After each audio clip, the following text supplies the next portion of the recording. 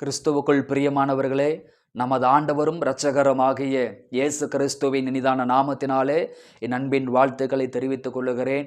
மீண்டும் ஒரு விசை சமயத்திற்கேற்ற வார்த்தை என்கிற இந்த நிகழ்ச்சியின் மூலமாக கர்த்தருடைய வார்த்தைகளை பகிர்ந்து கொள்வதில் மிகுந்த சந்தோஷப்படுகிறேன். இந்த நாள் உங்களுக்கு ஆசீர்வாதமாக இருக்கும்படி உங்களை மனதார வாழ்த்துகிறேன். கர்த்தருக்கு மகிமை உண்டாவதாக. இந்த நாளிலும் கூட உங்களுக்காக ஒரு வேதவசனத்தை வாசித்து உங்களுக்காக ஜெபிக்க விரும்புகிறேன். லூக்கா எழுதின சுவிசேஷம் 22ஆம் அதிகாரம் அதனுடைய 32வது வாக்கியத்தை வாசிப்போம். நானோ உன் விசுவாசம் ஒளிந்து போகாதபடிக்கு உனக்காக வேண்டிக் கொண்டேன். நீ குணப்பட்ட பின்பு உன் சகோதரரை ஸ்திரப்படுத்து என்றார். கர்த்தருக்கு ஸ்தோத்திரம். என் அன்பான தேவனுடைய பிள்ளைகளே, ஆண்டவராக இயேசு கிறிஸ்து லூக்கா 22ஆம் அதிகாரத்திலே காட்டி கொடுக்கப்பட்ட அந்த ராத்திரியிலே பஸ்கா பண்டிகையிலே அவர் திருவிருந்து ஆராதனையை அனுசரித்து கொண்டிருக்கிற பொழுது ஆண்டவர் சொன்னார், உங்களில் ஒருவன் என்னை காட்டி கொடுப்பான் என்று சொல்லி. அதற்கு பிற்பாடு சீசர்களுக்குள்ளே யார் பெரியவன் என்று சொல்லி ஒரு பெரிய வாக்குவாதம் அங்கே உண்டாயிற்று. அப்பொழுது அந்த இடத்துல பேதுரு சில காரியங்களை ஆண்டவரோடு சம்பாஷணை செய்து கொண்டிருந்த பொழுது ஸ்தோத்திரம், அங்கே 31ஆம் வாக்கியத்தில், பின்னும் கர்த்தர், சீமோனே சீமோனே, இதோ கோதுமையை சுலகினால் புடைக்கிறது போல சாத்தான் உங்களை புடைக்கிறதற்கு உத்தரவு கேட்டுக்கொண்டான். நானோன் விசுவாசம் ஒளிந்து போகாதபடி உனக்காக வேண்டிக் கொண்டேன். நீ குணப்பட்ட பின்பு உன் சகோதரரை ஸ்திரப்படுத்து என்று ஆண்டவர் சொன்னார். அன்பானவர்களே, நீ குணப்படு என்கிற தலைப்பில் கர்த்தருடைய வார்த்தைகளை நாம் சிந்திக்க போகிறோம். ஆண்டவராக இயேசு கிறிஸ்து இந்த உலகத்திலே 3.5 ஆண்டுகள் கர்த்தருடைய ஊழியத்தை அவர் செய்தார். அந்த 3.5 ஆண்டுகள் அவர் இந்த ஊழியம் செய்த காலகட்டங்களிலே ஸ்தோத்திரம் ஜனங்களை குணமாக்கினார். அதாவது சரீர பிரகாரமான வியாதிகளை, சரீர பிரகாரமான நோய்களை கர்த்தர் குணமாக்கினார். ஒரு ஹீலிங் மினிஸ்ட்ரியை செய்ததை நாம் படிக்கிறோம். அதே போல ஆண்டவராக இயேசு கிறிஸ்து 3.5 வருட ஊழியத்தில் குணப்படுத்துகிற காரியத்தையும் ஆண்டவர் செய்தார். அதாவது கன்வர்ஷன், மாற்றத்தை உண்டாக்கினார். ஒரு சேஞ்ச், அவங்களுடைய சுபாவங்களிலே மாற்றங்கள், குணாதிசயங்களிலே மாற்றங்கள், வாழ்க்கை முறைகளிலே மாற்றங்கள், சமுதாய வாழ்க்கையிலே மாற்றங்களை தேவன் ஏற்படுத்தினார். சரீர பிரகாரமான வியாதிகளை ஒரு பக்கம் கர்த்தர் குணமாக்கினார். இன்னொரு பக்கம் சுபாவங்களில் மாற்றம், குணாதிசயங்களிலே மாற்றம், சாவிக்குரிய ஜீவிதங்களிலே மாற்றம், சமுதாய வாழ்க்கையிலே மாற்றங்கள் உண்டாயிட்டு. அப்ப ஆண்டவர் சொல்லுகிறார், நீ குணப்பட்ட பின்பு, அதாவது நீ குணப்பட்ட பின்பு, நீ மனம் திரும்பிய பின் உன் சகோதரரை உறுதிப்படுத்து. அதாவது அதனுடைய அர்த்தம், நீ குணப்பட்ட பின்பு உன் சகோதரை ஸ்திரப்படுத்த. அப்படின்னா நீ மனம் திரும்பின பின்பாடு, நீ ஆவிக்குரிய வாழ்க்கையில ஸ்ட்ராங்கான பிற்பாடு, நீ ஜெபத்திலும் வேத தியானத்திலும் உபவாசத்திலும் தாழ்மையிலும் சுபாவத்திலும் குணாதிசயத்திலும் நீ ரொம்ப ஸ்ட்ராங்கா மாறின பிற்பாடு, மனம் திரும்பின பிற்பாடு உன் சகோதரனை, உன் குடும்பத்தை உறுதிப்படுத்து என்று ஆண்டவர் அங்கே அந்த இடத்துல பேசுகிறார். ஆண்டவர் பேதுருவை சந்திக்கிற வரைக்கும் பேதுரு மீன் பிடிக்கிற ஒரு மனிதராக இருந்தார். ஆனால் இயேசுவை சந்தித்த பிற்பாடு அவர் மனிதனை பிடிக்கிறவனாக மாறினார். அதே போல ஆண்டவராக இயேசு கிறிஸ்து சகேயு என்கிற மனிதனை சந்திக்கிற வரைக்கும் அவன் வரி வசூலிக்கிறவனாய் இருந்தான், அநியாயமாய் வரி வசூலிக்கிறவனாய் இருந்தான்.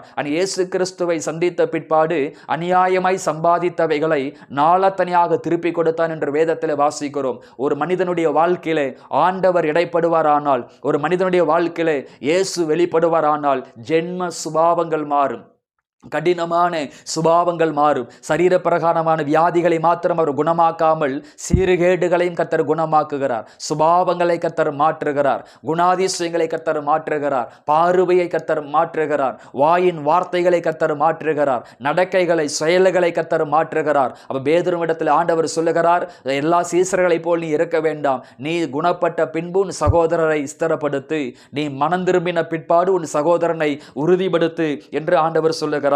பரமையான இந்த பகல் வேளையிலே நீங்களும் நான் முதலாவது ஆவிக்குரிய வாழ்க்கையில குணப்பட வேண்டும், வேத தியானத்திலே குணப்பட வேண்டும், ஜெபத்திலே குணப்பட வேண்டும், பரிசுத்த வாழ்க்கையிலே குணப்பட வேண்டும், சுபாவங்களிலே குணாதிசயங்களிலே குணப்பட வேண்டும், ஊழியத்திற்குரிய காரியங்களிலே தேவனுக்குரிய காரியங்களிலே குணப்பட வேண்டும். முதலாவது நாம் ஆவிக்குரிய வாழ்க்கையில் உருவாக்கப்பட்டால் தான் அநேகரை ஆவிக்குரிய வாழ்க்கையில் உருவாக்க முடியும். நீங்கள் கிருபையில் உருவாக்கப்பட்டால் தான் அநேகரை கிருபையில் உருவாக்க முடியும். நீங்கள் ஜெபத்திலே உருவாக்கப்பட்டால் தான் அநேகரை ஜெபத்தில் உருவாக்க முடியும். நீங்கள் உபதேசத்தில் உருவாக்கப்பட்டால் தான் அநேகரை உபதேசத்தில் உருவாக்க முடியும். இன்றைக்கு அநேகருடைய வாழ்க்கையில மற்றவர்களை ரட்சிப்புக்குள் கொண்டு வர வேண்டும் என்று நாம் எடுக்கிற எல்லா முயற்சிகளும் தோல்வியில் முடிவதற்கு காரணம் என்ன?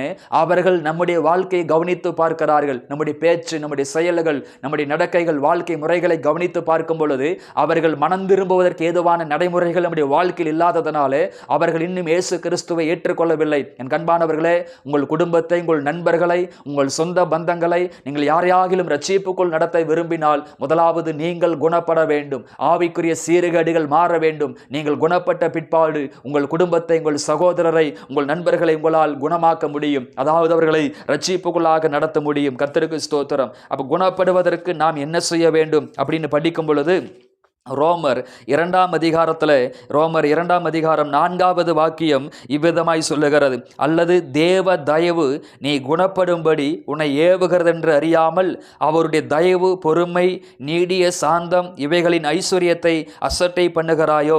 உன் மனக்கடினத்திற்கும் குணப்படாத இருதயத்திற்கும் ஏற்றபடி தேவனுடைய நீதியுள்ள நியாய தீர்ப்பு வெளிப்படும் கோபாக்கினி நாளிலே உனக்காக கோபாக்கினியை குவித்து கொள்ளுகிறாய் என்று வேதத்தில் வாசிக்கிறோம். என் கண்பானவர்கள், அநேகர் குணப்படாமல் போவதற்கு காரணம் என்ன? அநேகர் ரட்சிக்கப்படாமல் போவதற்கு காரணம் என்ன? அநேகர் இன்னும் இயேசு கிறிஸ்துவை ஏற்றுக்கொள்ளாமல் போவதற்கு காரணம் என்ன? அநேகர் ஆவிக்குரிய வாழ்க்கையில சீர்கெட்டு போவதற்கு காரணம் என்ன? அவர்கள் கிருபையை அசட்டை பண்ணுகிறார்கள். கிருபையை, ஆண்டவருடைய கிருபையை, ஆண்டவருடைய இரக்கத்தை அசட்டை பண்ணுகிறார்கள். ரோமர் 2 அதிகாரம் 4 சொல்லுகிறது, தேவனுடைய தயவு, தேவனுடைய இரக்கம், தேவனுடைய கிருபை நீ குணப்பட வேண்டும் என்று ஏவுகிறது. பிரசங்கத்தின் மூலமா, ஜெபத்தின் மூலமா, ஊழியர்கள் மூலமா, சொப்பனங்கள் மூலமா, தரிசனங்கள் மூலமா ஆண்டவர் உங்களோடு ஏவுகிறார். நீ மனம் திரும்ப வேண்டும், பாவங்களை விட வேண்டும், ரட்சிக்கப்பட வேண்டும், ஸ்தோத்திரம், நல்ல ஒரு ஆவிக்குரிய வாழ்க்கை வாழ வேண்டும் என்று சொல்லி கிருபை நம்மை ஏவிக்கொண்டே இருக்கிறது. நீதி நம்மை ஏவிக்கொண்டே இருக்கிறது. வசனம் ஏவிக்கொண்டே இருக்கிறது. ஆண்டவர் தேவ தயவு நம் குணப்படும்படி ஏவிக்கொண்டே இருக்கிறது. ஆனால் நாமோ ஸ்தோத்திரம் அவை அசட்டை பண்ணி கொண்டிருக்கிறோம். அவைகளை நிந்தித்து கொண்டு இருக்கிறோம். அப்ப எந்த அளவுக்கு கிருபையை அசட்டை செய்கிறோமோ, உபதேசத்தை அசட்டை செய்கிறோமோ, நீதியை அசட்டை செய்கிறோமோ, ஞானஸ்நானத்தை அசட்டை செய்கிறோமோ, அந்த அளவுக்கு நாம் கோப ஆக்கினியை குவித்து கொள்ளுகிறோம் என்று வேதத்தில் வாசிக்கிறோம். என் கண்பான தேவ பிள்ளைகளே, முதலாவது நீங்கள் குணப்பட்டால்தான், நீங்கள் ஆவிக்குரிய வாழ்க்கையில் ஸ்ட்ராங்காக மாறினால்தான் அநேகரை குணப்படுத்த முடியும். அப்ப அநேகரை குணப்படுத்துவதற்கு முதலாவது நாம் குணப்பட வேண்டும். நமக்குள்ளே மாற்றங்கள் வர வேண்டும். அதற்கு நாம் செய்ய வேண்டிய முதலாவது காரியம், கிருபையை அசட்டை பண்ணாமல், கிருபையை நம் போக்கடிக்காமல், கிருபைக்குள் வளருவதற்கு, கிருபைக்குள் நம்மை ஒப்பு கொடுப்பதற்கு, கிருபையின் பிரகாரமா வாழ்வதற்கு நம்மை ஒப்பு கொடுக்க வேண்டும். அப்படி கிருபையில பலப்படுகிற பொழுது, கிருபையில் வளருகிற பொழுது அந்த கிருபை நம்மை ஸ்தோத்திரம் குணமாக்கும், நம்மை சீர்பொருந்த பண்ணும். இரண்டாவதாக ஸ்தோத்திரம் பலப்படுவதற்கு, குணப்படுவதற்கு நாம் என்ன செய்ய வேண்டும்? அப்போஸ்தலர் 3 அதிகாரத்தில் 20 வாக்கியம் சொல்லுகிறது, உன் பாவங்களை நிவர்த்தி செய்யும் பொருட்டு நீங்கள்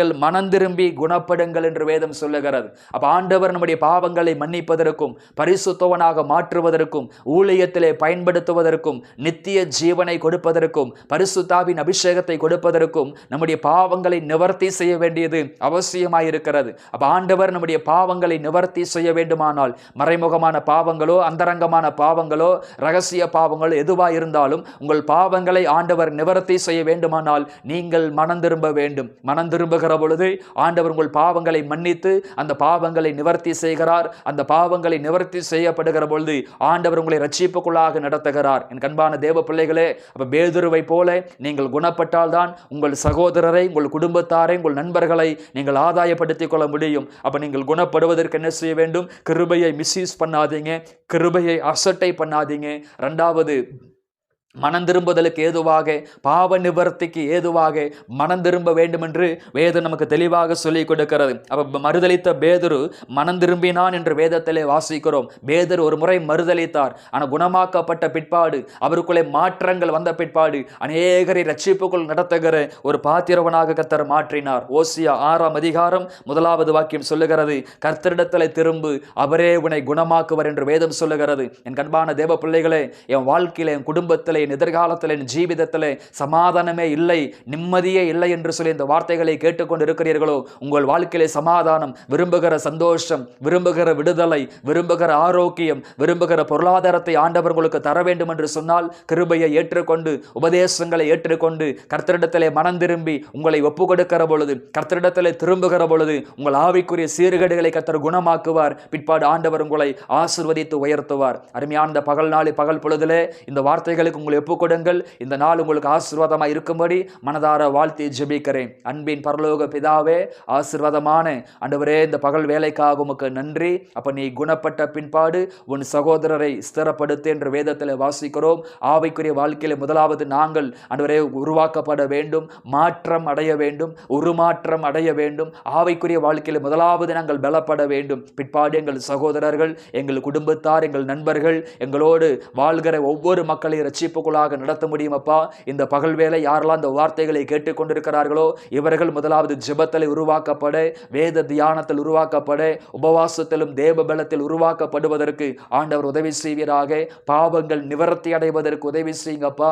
மனம் திரும்புவதற்கு ஆண்டவரே உதவி செய்யுங்க. ஆண்டவரே, இவங்க பாவங்கள் எல்லாம் மன்னிக்கப்பட்டு ஆண்டவரே இவங்கள் பரிசுத்தமாக்கப்பட, தேவ கிருபையில் வளர உதவி செய்வீராக.